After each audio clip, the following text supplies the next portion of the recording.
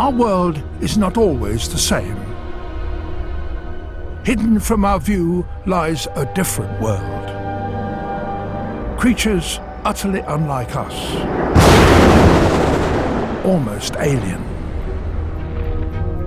Yet they are more numerous than any other group on the planet.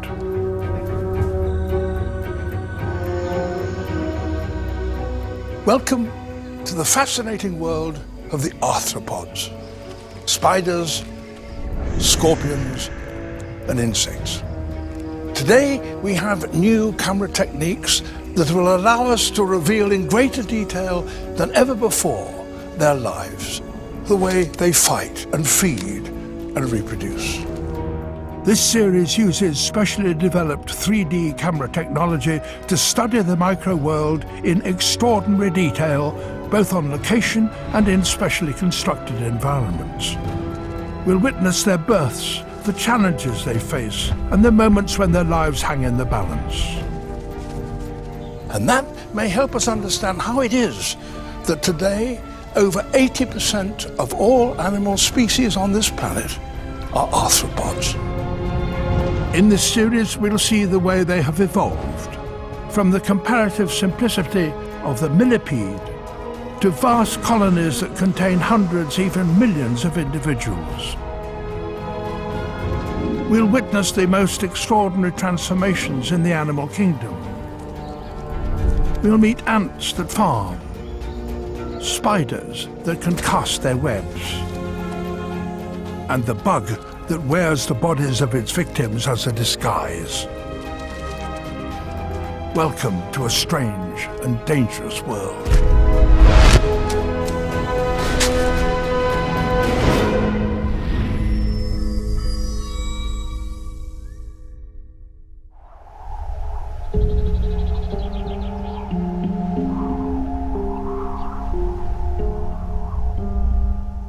Ever since they first appeared on land, the arthropods have been fighting one another for territory, a mate, and a meal. To survive, every living thing must eat, and around 10% of arthropods eat other arthropods.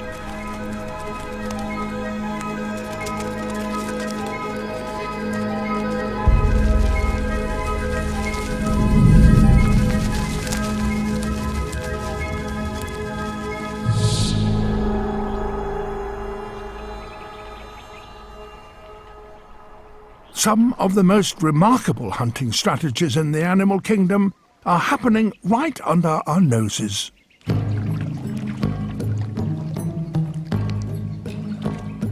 These are whirligig beetles, and they live on ponds throughout the world. They use the water's surface, very like radar, to detect their prey.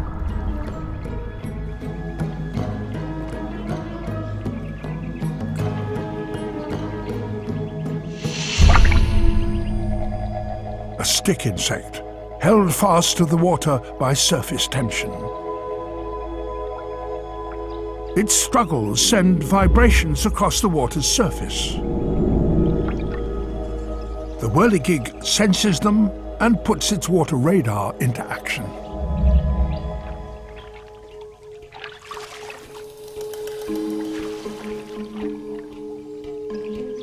It spins at a rate of around 12 times a second.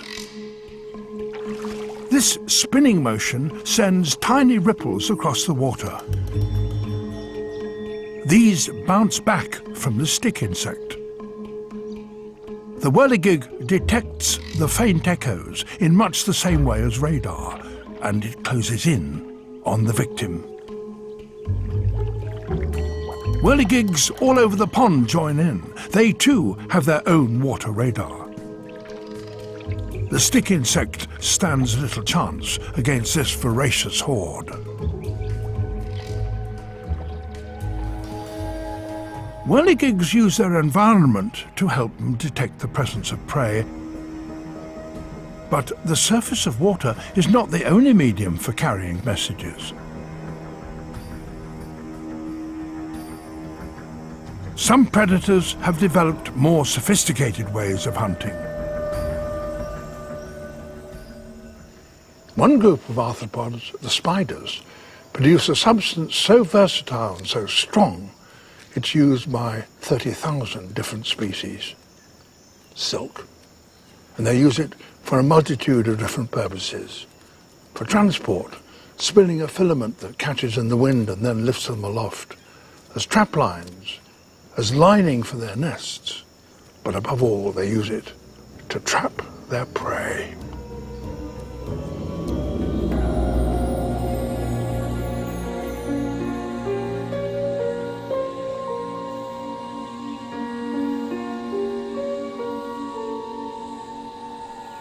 These striking patterns of silk are made by one of the rainforest's most effective predators, Argiope, the St. Andrew's cross spider. Nobody is sure why Argiope constructs this conspicuous white silken cross at the center of her web. Some experts think that it serves as a warning, but this fly certainly didn't notice it.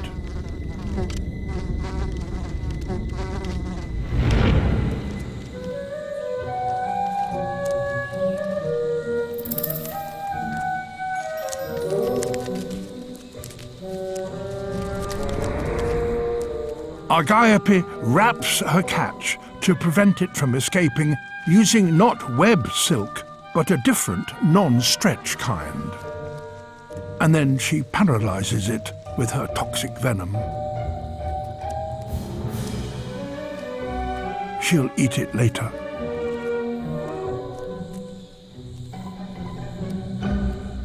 Soon, another potential victim strays onto the web. A Portia spider.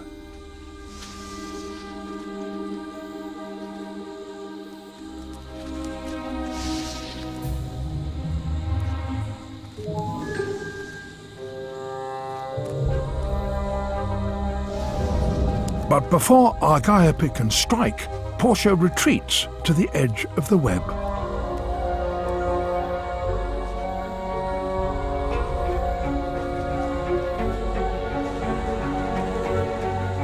And then she does something very curious.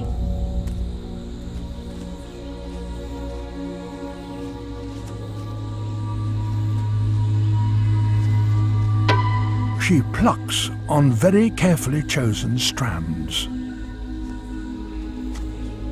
She creates rhythmic vibrations that calm Argiope.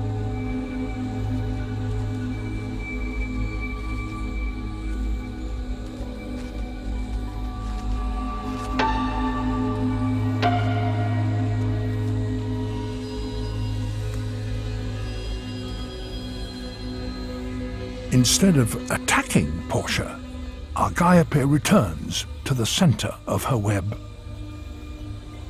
And that is exactly where Portia wants her. Because Portia hunts other spiders and has Argiope in her sights.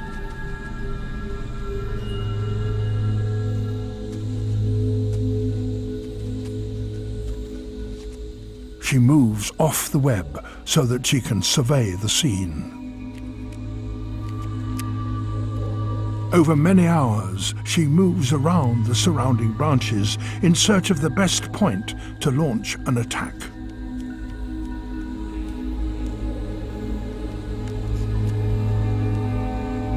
She uses these robotic movements to camouflage herself from Argiope.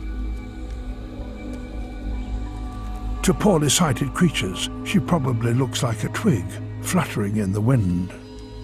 And this buys time for her surveillance.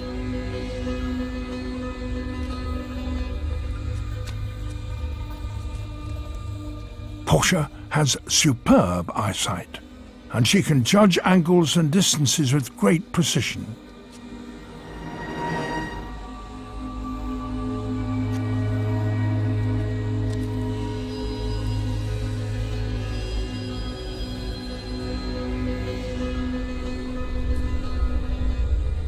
She's planning to pounce on Argiope.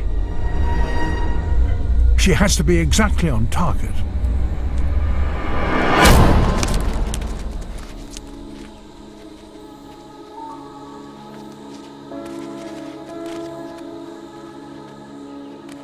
Her venom kills Argiope instantly.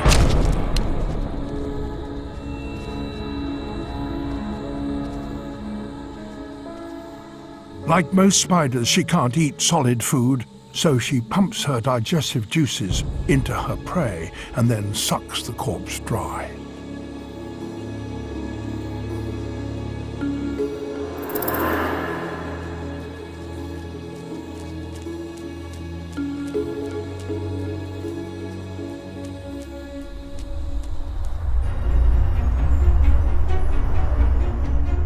Our planet is home to over 1 million species of arthropods.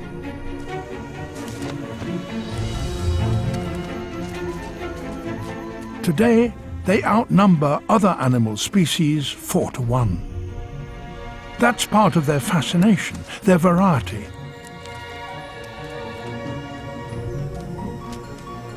And that variety is evident in the predators, the bugs that hunt other bugs. And the most ingenious of all are the spiders. Most spiders capture their prey in a web. Glue on the silken filaments traps a victim, and vibrations through them tell the spider that a meal is waiting.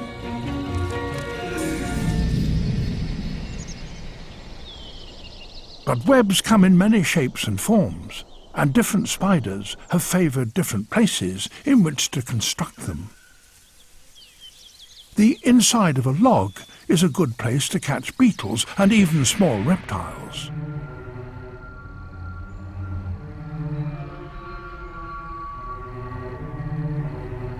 This tangle of silk is the home of one of Australia's most feared spiders, the highly venomous redback. Despite its appearance, this web is actually highly complex and very finely engineered. It contains some of the strongest silk produced by any spider. So strong that she can catch and transport prey far larger than herself.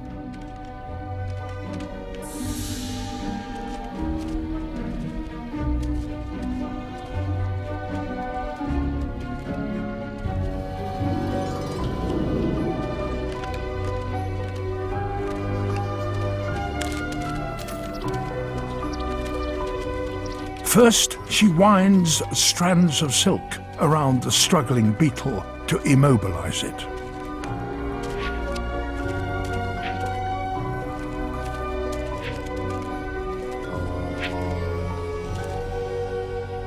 When the beetle tires, she bites.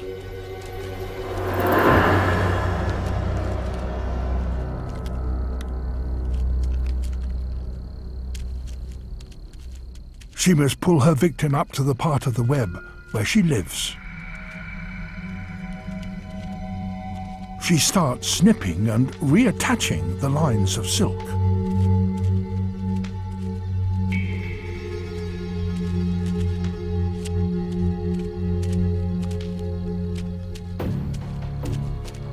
These lines are under tension.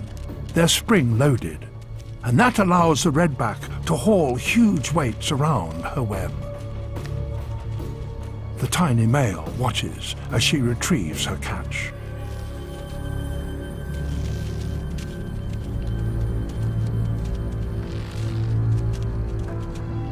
Spider silk is as stretchy as elastic, but harder to snap than steel.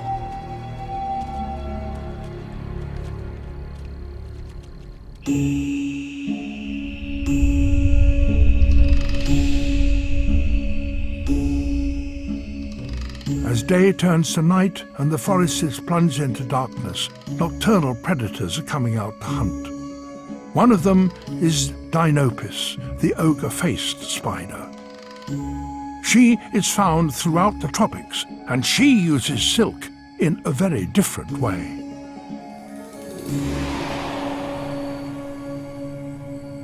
She has turned it into a net.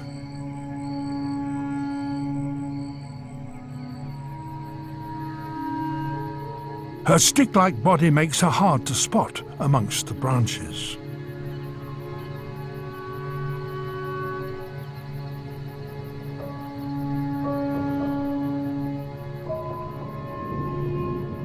Her huge central pair of eyes are 2,000 times more sensitive than ours.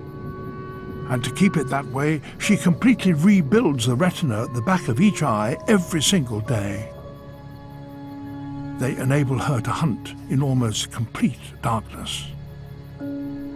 She hangs an inch or so above the forest floor from a series of silk lines.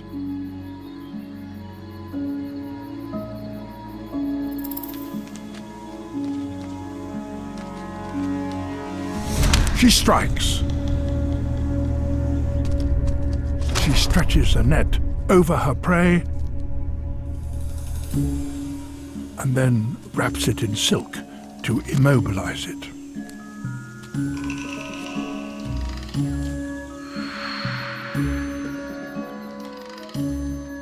At last, she begins the slow process of digesting her meal. For her prey, at least, the end is quick. Her fast-acting venom kills almost instantly. But venom can have other uses, and some victims are not so lucky.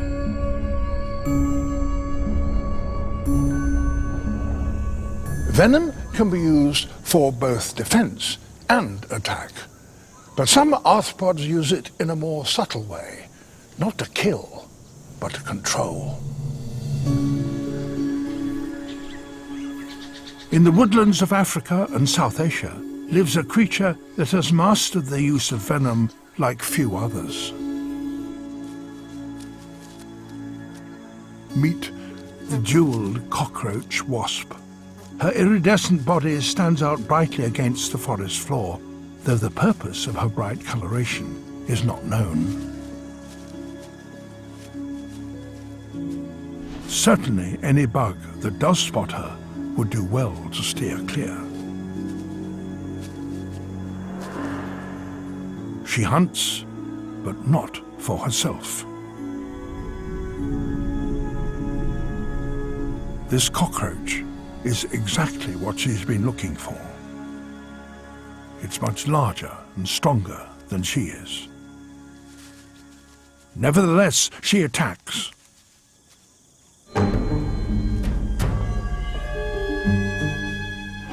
She won't kill it, she wants it alive.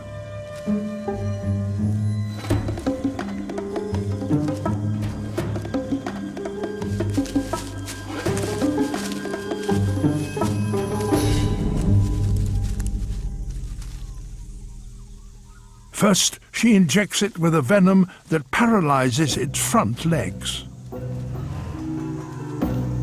This prevents it fighting her off. Now she injects a second venom directly into its brain. Amazingly, this instantly stops the cockroach responding to danger.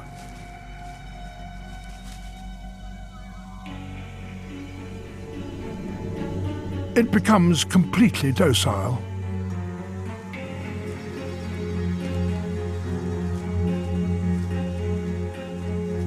She leads her victim to an underground burrow. Here she'll lay her egg directly onto the cockroach's body.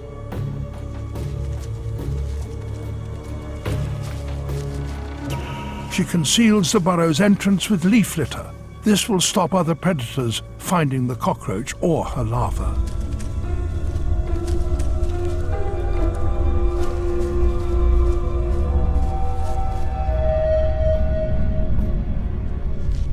The larva spends 5 days sucking the cockroach's body fluids. Then it will burrow inside and begin to feed.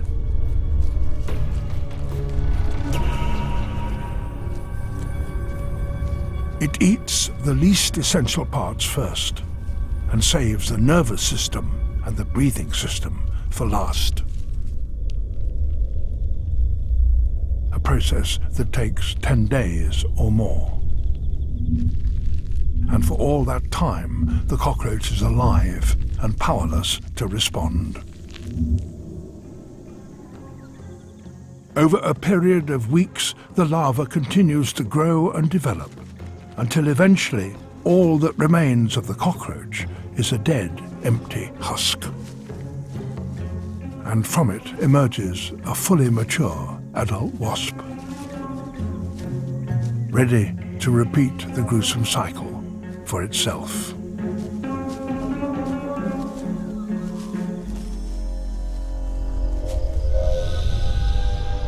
We have seen some of the deadly ways in which arthropods prey upon one another.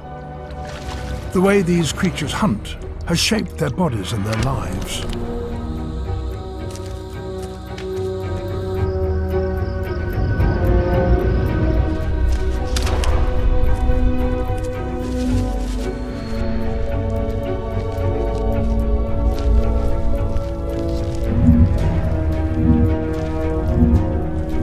The struggle for survival amongst arthropods is often brutal, but that's a key to their success. The strongest survive to produce the next generation. In the next program, I'll be looking at how the desire for sex has shaped bugs into a bewildering array of forms. We'll see how courtship is not always what it seems. Some males bribe females into having sex, and others trick them. And we'll see the next generation of micro-monsters take their first tentative steps into their small and often dangerous world.